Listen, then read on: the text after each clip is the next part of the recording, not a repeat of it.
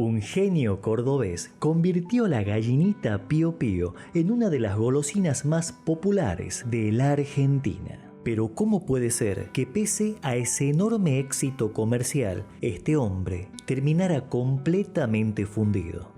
Década del 70. Hugo Pugliese, preventista de golosinas, está en un cuartito en el fondo de su casa en Altagracia mirando una bandeja de gallinitas recién hechas. Otra vez, el vasito de galleta se humedeció y el juguito se escapó. Otro lote que tiene que tirar. En realidad, Hugo no tiene la necesidad económica para estar desvelándose con ese emprendimiento. Ya fabricaba un producto que se vende como agua, las mielcitas, pequeños sachecitos con almíbar que se venden en tiras. Y además trabaja en Terrabuzzi, una de las mayores fábricas de galletitas del país, donde cobra un muy buen sueldo. Pero hay algo que lo inquieta. Él es uno más de los tantos que fabrican mielcitas, y en Terrabuzzi él no es más que un número en una nómina. Lo que Hugo busca es conseguir un éxito propio. Por eso, aun sabiendo que en unas horas tiene que entrar a trabajar, pone en marcha otra tanda.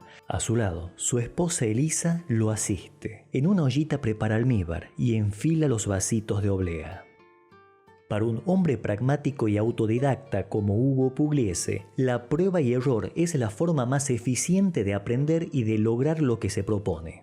Cabe aclarar que Hugo no fue el creador de la golosina La Gallinita, tal como muchas notas periodísticas lo sostienen. Ni siquiera él supo quién la creó. Esta golosina ya existía como un producto tradicional en distintas zonas de Córdoba y se cree que tiene más de 100 años. Tenía muchos adeptos, pero por lo artesanal de su fabricación, solo unos cuantos emprendedores locales se animaban a hacerla y a venderla. La demanda de las gallinitas era grande, pero los pequeños fabricantes no conseguían producirla en cantidad porque el proceso era extremadamente laborioso y 100% manual, al punto de que cada gallinita se llenaba de a una con un embudo. Con suerte, estos emprendedores podían hacer unas 500 gallinitas al día, una cifra que casi no dejaba ganancia, porque en el mercado seguía siendo una golosina muy barata. Hugo tenía experiencia dentro del rubro por su trabajo de preventista de golosinas. Sabía qué tipos de productos tenían salida en kioscos y almacenes, y la gallinita era ideal para ese mercado, pero tenía sus desafíos. Las materias primas de la gallinita eran muy baratas, pero su elaboración complicada. Y como el precio de venta en el mercado era tan bajo, solo podía dejar una ganancia significativa si se lograba producir en cantidad, en mucha cantidad. Y para conseguirlo, era imprescindible automatizar su fabricación. Pero había un problema. No existía en el mundo una máquina que produjera las gallinitas. Un vecino de Hugo, de apellido Sosa, que había trabajado como cocinero y chocolatero en Arcor, le enseñó lo básico: proporciones, puntos del azúcar, tiempos de cocción, pero eso solo no alcanzaba. Entonces, Hugo Pugliese se impuso un desafío: crear él mismo la máquina que necesitaba para fabricar las gallinitas en masa. El cocinero fue incrédulo desde el primer momento. El propio Hugo lo contó en una entrevista. Le digo, yo voy a fabricar algo para hacerlo más rápido. Este señor me dice, mire, usted hacer andar esa máquina, yo me hago cura. Y yo le dije, entonces, vaya comprando la sotana. Para poder llevar adelante este proceso, el preventista Hugo Pugliese tuvo que aprender de todo un poco: mecánica, ingeniería, hasta química. De a poco y con mucho empeño, fue forjando en el metal la máquina automatizada que tenía en la cabeza, un equipo capaz de llenar las gallinitas por tandas. Fueron meses de armar y desarmar, de crear y de tornear piezas propias o de adaptar piezas sacadas de otras máquinas, hasta que por fin consiguió hacer funcionar la máquina que sacaría adelante su proyecto. Ya faltaba menos para que el resto del país conociera las gallinitas Pío Pío.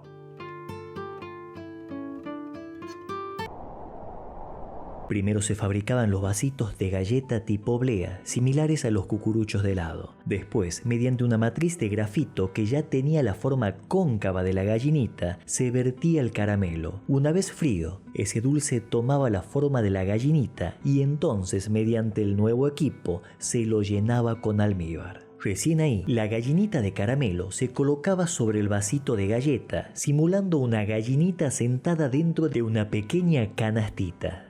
No sabemos si aquel viejo chocolatero de Arcor terminó dando misa en algún pueblo cordobés, pero de algo sí estamos seguros. Con estas máquinas, Hugo Pugliese tuvo que contratar unas 15 jovencitas para llevar adelante su producción.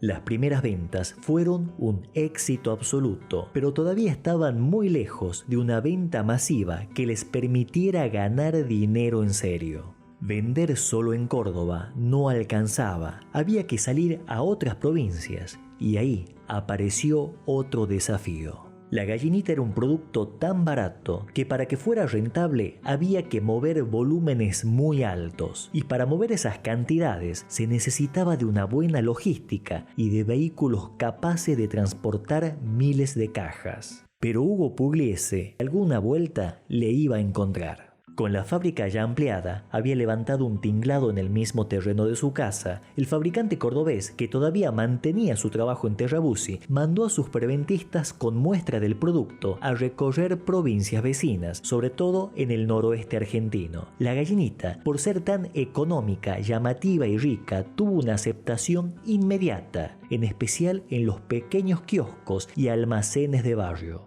Mientras tanto, Hugo iba haciendo acopio de producción. Su casa entera estaba impregnada del dulce aroma del jarabe de gallinita. No había rincón donde no hubiera cajas apiladas con el producto. Hasta que empezó a sonar el teléfono. Eran los preventistas pasando los listados de los pedidos. Fueron tantos que Hugo tuvo que alquilar 3 micros de larga distancia, quitarles los asientos y llenarlos de cajas y bolsones de gallinitas, dejando apenas el espacio justo para que viajaran el chofer y un acompañante. El éxito fue tan grande que Hugo mandó a construir nuevas máquinas y su nómina de operarios llegó a 50 personas. La gallinita Pío Pío, marca registrada por Hugo, empezó a llegar a casi todo el país, con una producción diaria de 50.000 unidades. Una cifra abismal si se la compara con aquellas 500 gallinitas que con suerte podían hacer las producciones artesanales.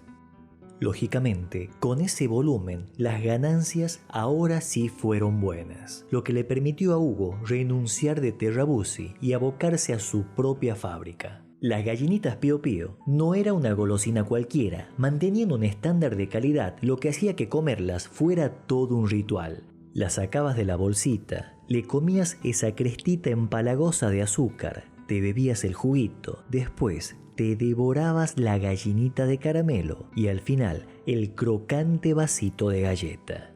Todas esas texturas y sabores por una sola monedita. Era un producto ideal para la economía infantil y también para los padres de pocos recursos que, por unas cuantas monedas, podían volver a casa con un manojo de gallinitas y repartir entre sus hijos, sobre todo en aquellos tiempos en que las familias del interior solían ser muy numerosas. Pero ojo, que fuera económica no significaba que fuera una golosina hecha para pobres. Al contrario, la gallinita fue disfrutada por chicos de todas las clases sociales e incluso por adultos. Y lo más impresionante era que se vendían solas, no necesitaban publicidad. La gente con solo verlas colgadas en el kiosco las deseaban y las compraban. Como la empresa no paraba de crecer, Hugo trasladó la planta a un edificio industrial mucho más grande y funcional, dejando por primera vez a su casa fuera del proceso productivo. A su producto estrella se le fue sumando otros. Aparecieron los heladitos de invierno, cucuruchos de obleas con merengue arriba, muy económicos y con muy buena aceptación.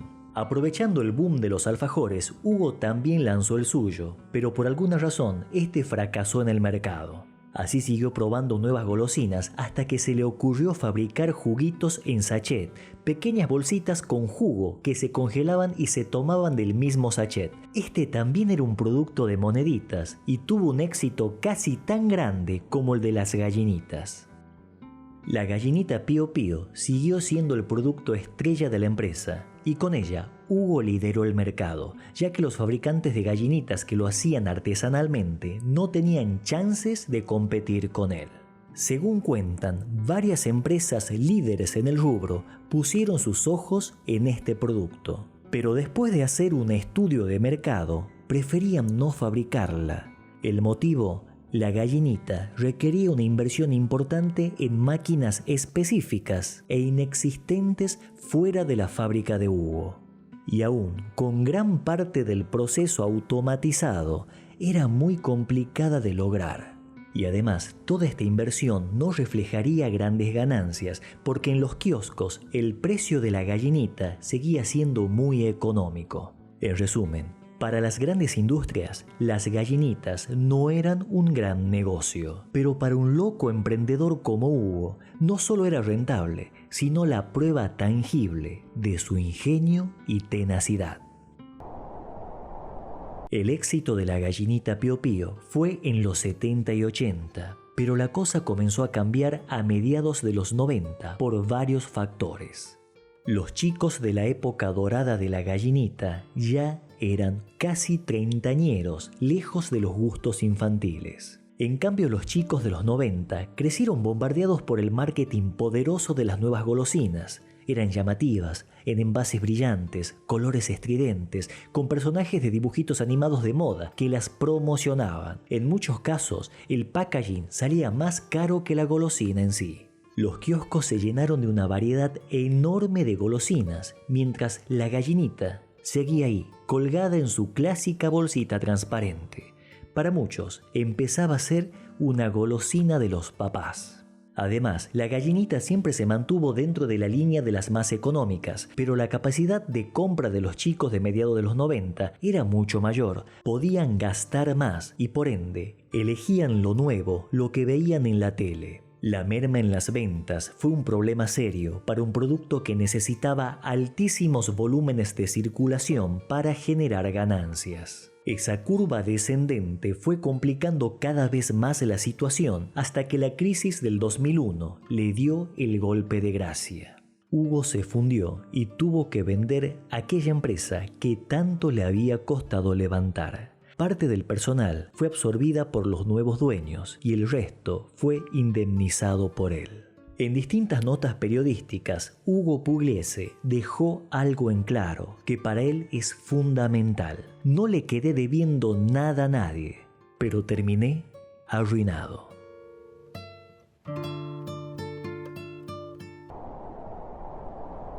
En lo cultural, la gallinita no solo marcó una época, sino también la vida de muchos, convirtiéndose en el dulce recuerdo de miles de adultos. Esa nostalgia también llegó al arte. La golosina aparece mencionada en distintos cuentos y hasta en una famosa serie televisiva argentina, Un gallo para Esculapio, donde se la usa como un objeto cargado de memoria.